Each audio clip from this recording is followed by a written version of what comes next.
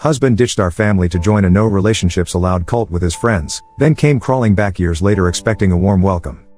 I, 29F, got married 6 years ago but have been divorced for 3 years now. I have 2 sons with my ex-husband Adam, 30M, aged 4 and 5, but I have full custody of them since he didn't want to be bogged down because of his family. He and I were happily married for 3 years, had 2 beautiful kids, and were even planning on buying our own house so we could move out from the apartment we lived in when he suddenly hit me with the "I want to be single and explore the world right now." We'd been together since high school, so we were all we knew. He was my first everything and I was his, so I always assumed that for us, it was a together forever kind of thing, and he was fine with not having been with enough people other than me. But after 3 years of being married, he told me that he wasn't happy and wanted us both to be free of this burden, talking about our marriage and our family so we could live our life to the fullest. It was all weird, free thinker talk like my dad would refer to it, and I didn't understand any of it because I thought he loved me. And he insisted that he did love me, but he also loved himself apparently and wanted to give himself a fair chance to explore the world. I even suggested opening up our marriage temporarily, no matter how much it hurt me, just so I could make sure that he stays married to me and doesn't actually leave, but he wasn't into that idea and was hell-bent on getting divorced so that both of us could do this the right way. I was heartbroken after that discussion because it had literally come from nowhere, and when I started crying in front of him, he told me that it'll all be fine and to have faith in our love because if we were meant to be then he'd find his way back. It was ridiculous and unfair, but that's how our marriage ended. One fine day, he just decided to pack his bags and leave so he could explore the world and be on his own for a while, leaving me and his 2 kids behind without giving a damn about what would happen to us.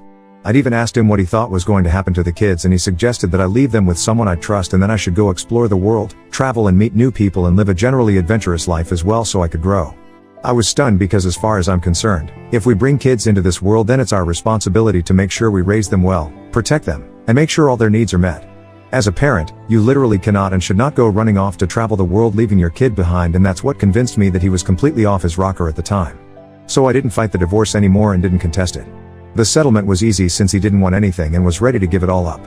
His parents were loaded, so the alimony and child support wasn't a big issue either. He got visitation rights, but he rarely ever visited, and even when he would, he'd make me drop the kids off at his parents' place and then wait in another room so he could meet them without being reminded of the past, but even those visits stopped after the first couple of months. I found out the real reason behind the change in his behavior a lot later from a friend of mine, Rachel, who happened to have a couple of friends in common with Adam. Rachel's cousin happened to be part of the friend circle that Adam had been influenced by, and she's the one who told me about them, about 2 months after the divorce. I don't blame her for not telling me earlier because she and her cousin weren't exactly close, so she hadn't found out about the truth until after the divorce was done with. Besides, even if I did know the truth, it wouldn't have changed anything about the divorce. Anyway, Rachel's cousin, according to what she told me, led a very promiscuous, wild, and adventurous lifestyle. Not just him but his entire friend group of about 6 or 7 men believed that we shouldn't be tied down by relationships and had made a pact to remain single. Adam had been introduced to this friend circle by a co-worker of his who'd believed that he'd get along well with these guys, even though he wasn't single and couldn't be part of that school of thought, given that he was married with 2 kids at that point. But Rachel's cousin had bragged to her and a couple of other family members that they'd managed to convert a guy into believing that he didn't need to stay with his wife and kids. That he apparently needed to shed this dead weight so he could move on and do better in life, and that's what he'd done by divorcing his wife and giving up custody of his kids so he could finally fully commit to their ideology. He'd been bragging about the cult-like status of their group and how they'd managed to turn someone into one of them, which meant that there was definitely something powerful and compelling about their beliefs. So Rachel, out of curiosity, had asked her cousin what this guy looked like because she wanted to know what kind of a man would just abandon his family because of what his new friend said, especially a married man with 2 kids. Then when her cousin pointed to Adam in a group photo they'd taken, she put 2 and 2 together and texted me about it literally as soon as she was out of the event. This had all taken place at a family gathering of hers, and once that was done with, she'd immediately asked me if I was willing to meet her, and thankfully, I'd said yes, so she'd rushed over to my apartment and spilled the beans on what had happened with Adam. To say that I'd been furious would be an understatement when I learned what the real reason behind my husband's decision to leave had been. He'd done this to fit into some stupid group and to be seen as a person who was brave and adventurous and stuff. He'd left his wife and kids behind for something like that, and when I got to know the real reason behind his ridiculous behavior, I honestly felt like I would have been happier if he'd just slept with another woman. At least that would have been a more respectable reason to end his marriage and abandon his children, but this? Yeah, this just didn't cut it. I wanted to call him and curse him out, but didn't, because after learning the real reason for his departure, I was convinced that he was just crazy. There were no 2 ways about it, and there was also no point in hoping that maybe saying or doing something would make him change his mind. It wouldn't, and I knew that now, so I just decided to make the best of my circumstances and raise my sons to be better men than their father had been, and also to work harder at my own job and make sure they never felt abandoned. So I hired a nanny and started working twice as hard at the office so I wouldn't have to bring the office home with me, and as soon as I'd come back home, all my time would be spent with my kids. My parents helped out a lot and occasionally even my in-laws tried to help but kept it to a minimum, probably out of shame for what their son had done. They were the ones who were paying the child support installments every month, and I knew it because from what I'd heard, Adam was busy blowing all his money on trips to exotic locations at high-end hotels. Now that he had no family to think of, he could spend all his money on crap like that and nobody would bat an eye. I raised my kids to the best of my abilities and now I have two sweet, obedient, and adorable little guys who love me and each other. We're all the family we need, and I've pretty much pushed my marriage out of my mind altogether because that was just annoying to think of. I've also paid my dues at work, so now I'm in a great position and earn double the amount than I used to earlier.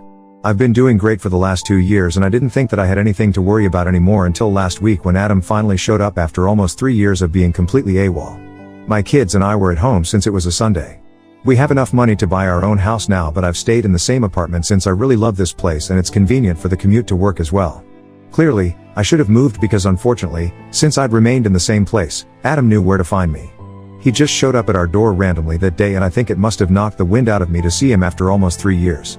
Neither of us said anything for the first couple of seconds, but I took in his appearance, the crazy big bouquet of red roses he was holding, and the way he was smiling with tears in his eyes. Call me heartless, but I didn't feel moved or emotional, but I just felt pure hatred for him, and before he could say anything, I slammed the door shut with such force that I swear I felt the floorboard shake. I told my kids to go inside because I knew he was going to try and convince me of something or the other and I wasn't going to keep it PG-13. All the hatred, hurt and anger was bubbling up and I didn't want my kids to see whatever ugly fight was about to happen next. Sure enough, as soon as I'd told my kids to leave, Adam started whining about how this wasn't the welcome back that he'd been expecting. I could hear that he was trying hard not to cry, but really, all that did was just aggravate me even more. He was the one who'd put me through all this crap for years and now he had the audacity to cry and act like the victim. He then went on to tell me that he'd come back to apologize and to say that he was sorry for all that he'd done in the past, but now, he just wanted his old life back. I was shocked, but I let him go on because a part of me wanted to hear this apology or whatever that it was supposed to be, because it had been 3 years and I'd never had any sort of closure. I'd put it out of my mind, but seeing him again had brought it all back, and I guess in some sick way, I was really relishing the opportunity to show him his place. Just so he would know that we were all better off without him and nobody missed him in his absence. He went on for a couple of minutes about how he'd had his fun in these past couple of years, but at the end of the day, he'd just feel empty because he had nobody to come home to except for empty hotel rooms. He confessed that he'd been feeling like he was missing something for the last couple of months, and he'd finally made the very difficult decision of coming back and apologizing now so he can finally make amends. Apparently, the high of traveling and exploring life with his new group of friends had worn off after the first few months, but he'd continued to stick to that lifestyle because he was too afraid to come back. He felt like since he'd sacrificed a lot for that life, he had to fully commit to it, but now he couldn't imagine going back and just wanted his old life back. The more he talked, the more I felt like opening the door and punching him in his stupid face as hard as I could. I couldn't tolerate any more of his BS, so I told him to just leave us alone and that I didn't want to see him or talk to him at the moment. But Adam being Adam, he believed that he could change my mind by continuing to ramble on, standing outside the door and begging me to come back to him. After a point, it started getting on my nerves and I also had to bring the kids out of their room so I could serve them dinner, so I just hit the door and yelled out that we're not his family anymore, so he needed to go away now. I think that took him in shock because, after that, I didn't hear him anymore. As soon as I'd given the kids their dinner, I called my attorney and told her everything that had happened just to be on the safe side. Then I called my parents and told them about Adam's visit, whatever he had said, and then what I'd said. They reassured me that I'd done the right thing given the circumstances and that I had nothing to worry about. I didn't call my in-laws because I didn't know what to say to them about any of this, and I'm sure they'd find out later from their son anyway. But as soon as I was done with those calls, I received a call from Rachel, and since she'd been the one to inform me about the real reason why Adam had left all those years ago, I answered the call because I had a feeling she'd tell me something about Adam. And I was right, since as soon as I answered the call, she asked me if Adam had come around, and when I said yes, she told me that her cousin had called her up to inform her why. Rachel and I are really close friends and have always been, even apart from this situation with Adam where she's been a major source of information for me regarding him, thanks to her cousin. After she'd told me about whatever her cousin had told her all those years ago, she told her cousin that if there was anything he found out about Adam, he was supposed to come straight to her since I was the one he'd screwed over. When her cousin found out about me, I guess he stopped feeling very proud of himself about converting Adam, but I don't blame them. I blame Adam for being so easy to influence. Her cousin had promised us that he'd keep us updated on him and had even reached out to apologize to me one time after he learned about me. I'd forgiven him since I never had anything against the guy, but we're not friends or anything. He'd tell Rachel what Adam was up to, which is how I knew what he'd been up to since he'd blocked me after the divorce. And so now Rachel's cousin had contacted her to tell her the truth about why exactly Adam had returned, and she then passed on the information to me. Their friend circle had a group text ever since they all met each other, and a couple of hours before Adam showed up at my door, he'd sent a text to the group telling everyone about what he was about to do. The guys had been supportive, but Adam had apparently lashed out at them for their fake support. He told all the other guys that he felt cheated by them since he'd left his entire life behind, but they'd betrayed him by getting into relationships over the years, and now, he was the only fool who's left his wife and kids behind to travel and have fun with his boys. The other guys, who were now all dating, by the way, told him that it wasn't fair of him to expect that they'd always stick to one school of thought for their entire life, and especially when they'd come up with that ideology about not being tied down and stuff back when they were in their mid-20s and were still relatively young. But right now, most of the guys were pushing 30 and didn't want that lifestyle anymore. In fact, a couple of the guys were already in serious, committed relationships that had already lasted more than a year, and one of them was even engaged. So all that they'd talked a big game about back in the day had just been thrown straight out of the window, and the only person suffering now was Adam, since he'd been the only guy stupid enough to buy into whatever rubbish these guys were spewing. Adam then got into a huge fight with these guys because these were the same people who had actually congratulated him when he'd left me, and now they were all trying to get a taste of the life that he'd left behind on purpose. Even though the guys were still being supportive now when he'd told them that he wanted to go back to his old life, it wasn't enough for him, and he wanted them to apologize for making him leave his wife and his kids. That's what their fight was about, and the other guys refused to apologize, and rightfully so. They just told him about their beliefs, but they'd never said that he needed to leave us to be part of their circle. He'd have to give up any ideas of going around the world with them and having the kind of fun they do, since he had responsibilities at home and had to think of me and his kids, but he could have still remained friends with them. They'd never given him any ultimatum or whatever, but it had been his own personal choice to abandon us all for the life he thought he wanted just so he could fit in. And he was doing the same thing yet again. Now that most of the guys were in relationships, he felt the pressure to fit in yet again, and that's why he'd come back to us. Not out of any sense of duty or because he felt empty like he'd told me. Maybe that could have been part of the reason, but it wasn't the whole reason, and when I heard about all of this from Rachel, my blood boiled because I'd felt a little guilty for turning him away, and that's why I'd had to call my parents for reassurance. Had I known these things before he came by then, he would have really received the bashing of a lifetime from me, but Rachel's cousin had been extremely busy with work at the time all these things were being discussed in their group text, and he hadn't checked his phone, so he didn't know.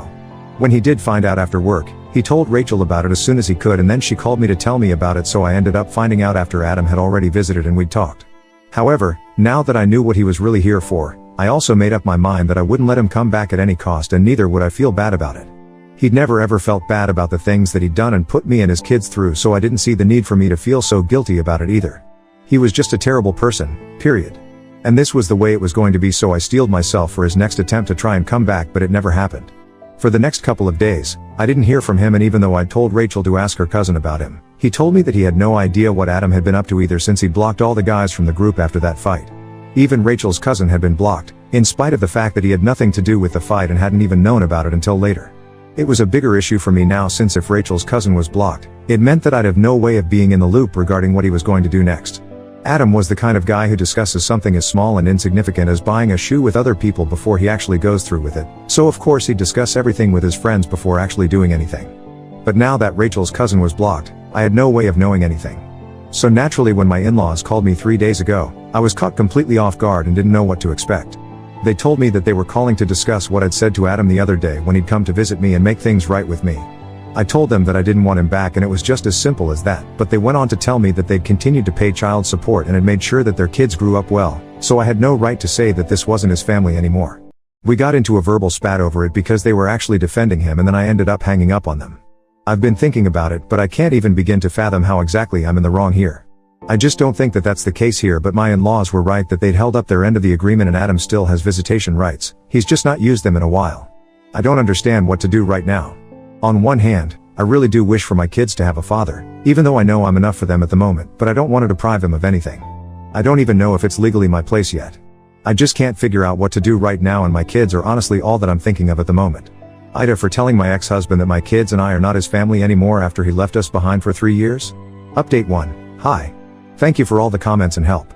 I've decided that I'm going to appeal and get the custody arrangement changed so he doesn't have visitation rights either. I don't know if I'll succeed or not, but it's worth a try. It's been 2 days since I posted here, and that's the advice that most of you guys had for me, so I'm doing that, and my parents agree with it, too. Paying child support just meant that Adam and his parents had held up the legal end of the arrangement, but everything else was all me. I'd raised my kids while he had his fun with the guys. He doesn't get to pick and choose when he can be a part of our lives and be with us on his terms. Update 2. I filed for termination of Adam's parental rights earlier today, and I really regret not having done so sooner. I should have done it as soon as he stopped coming around to see the kids after the first couple of months when he left us the first time, but oh, well, better late than never.